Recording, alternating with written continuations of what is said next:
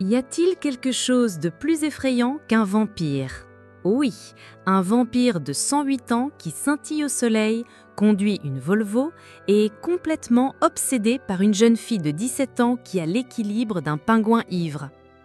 Aujourd'hui, nous allons nous pencher sur la romance la plus dangereuse et en même temps la plus sûre de l'histoire du cinéma, Twilight.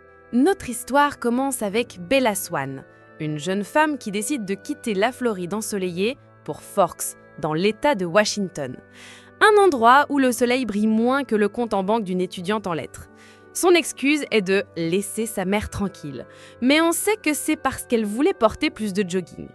Bella est l'incarnation même du personnage de fanfic des années 2000, maladroite, différente des autres filles, avec une expression faciale qui semble constamment osciller entre « j'essaye de résoudre une équation du second degré dans ma tête » et « j'ai laissé le four allumé ». À l'école, elle rencontre la famille Cullen, un groupe de frères et sœurs adoptifs qui marchent au ralenti dans la cafétéria et regardent les autres élèves avec le même mépris qu'un chat regarde une gamelle vide. Parmi eux se trouve Edward Cullen.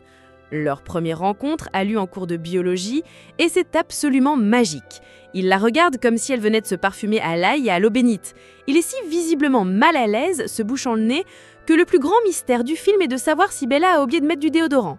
Il essaie même de modifier son emploi du temps, prouvant que même l'immortalité ne peut pas vous préparer à être assis à côté d'une personne inconnue le premier jour d'école. Mais l'obsession frappe fort. Un jour de pluie, Bella est sur le point de devenir un sandwich de camionnette, mais Edward traverse le parking à une vitesse qui ferait passer Sonic pour un postier en grève. Il arrête la camionnette d'une main, laissant une bosse sur la carrosserie que l'assurance ne couvrira certainement pas. Son excuse ? C'était une montée d'adrénaline. Bien sûr, Edward. Et mon costume à 27 $ acheté en friperie m'a donné la capacité de voler. Apparemment, à Forks, l'adrénaline vous donne la force d'une grue et la vitesse d'un processeur de pointe. Dès lors, le film devient un manuel pratique sur comment être un harceleur romantique. Il surgit de nulle part pour sauver Bella de quelques types dans une ruelle d'une autre ville. Comment savait-il qu'elle était là? Il dit qu'il la sent. Bon, ce n'est pas romantique, c'est canin. Et comme si cela ne suffisait pas, il avoue se faufiler dans sa chambre chaque nuit pour la surveiller dormir. Si William, dans La Guerre des Mondes, utilisait une technologie gouvernementale pour faire ça, il serait un père violent. Ce qu'Edward fait à son propre corps est considéré comme le summum du romantisme, du cinéma. Bella, la plus grande détective depuis Scooby-Doo, rassemble les pièces du puzzle. Ce type est rapide, fort et froid. Elle mène des recherches héroïques sur l'Internet par ligne commutée de 1998 et arrive à l'inévitable conclusion. Elle confronte Edward dans les bois et prononce cette phrase emblématique « Je sais ce que tu es ». Edward, au lieu d'admettre qu'il est un harceleur professionnel, avoue « Dis-le à voix haute » et elle répond « Vampire ». Et pour le prouver, il exhibe son immense pouvoir, il brille au soleil. Il ne se transforme pas en poussière, il ne prend pas feu, il brille. Comme une boule à facettes. C'est le super pouvoir le plus inutile depuis le Joker qui se comporte en comique fade.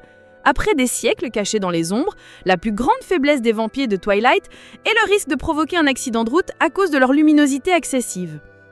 Edward explique ensuite les règles de l'univers, comme s'il était un développeur de jeux vidéo expliquant une mise à jour mal écrite. Ils ne dorment pas, ils sont ultra rapides, ultra forts et végétariens. Ils ne boivent que du sang animal. C'est la même logique que cet ami à toi qui dit qu'il se fume juste de l'air pour se relaxer tout en mettant le feu à leur tour dans le salon. Il emmène Belle à rencontrer la famille et le film se transforme en un épisode de Adopted sur MTV où la fille adoptée est la seule à manger de la vraie nourriture. Et puis on arrive à la scène qui définit le cinéma moderne, le baseball. La famille peut jouer que pendant une orage, car le bruit de la balle battue est aussi fort que le tonnerre. C'est le même niveau de préparation que les gars de Destination Finale, pensant pouvoir tromper la mort. Le résultat est une scène d'action avec des pauses plus dramatiques et des ralentis que la bataille de danse de Tiffany dans Fear Street, et c'est aussi pénible à regarder. Mais le plaisir s'arrête lorsque 3 des vampires, qui mangent vraiment des gens, débarquent. James, Victoria et Laurent arrivent et fixent les Cullen en train de jouer au baseball comme s'ils étaient tombés sur une convention gothique perdue en route pour le festival.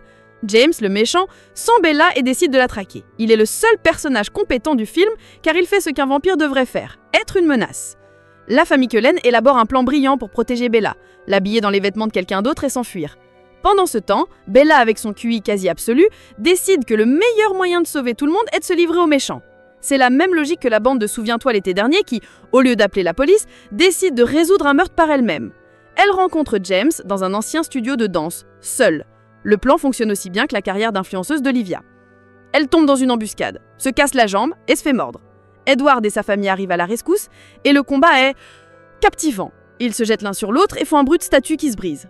Finalement, ils défaitent James et Edward doit sucer le poison de Bella en prenant soin de ne pas en sucer trop et de la tuer pour de bon.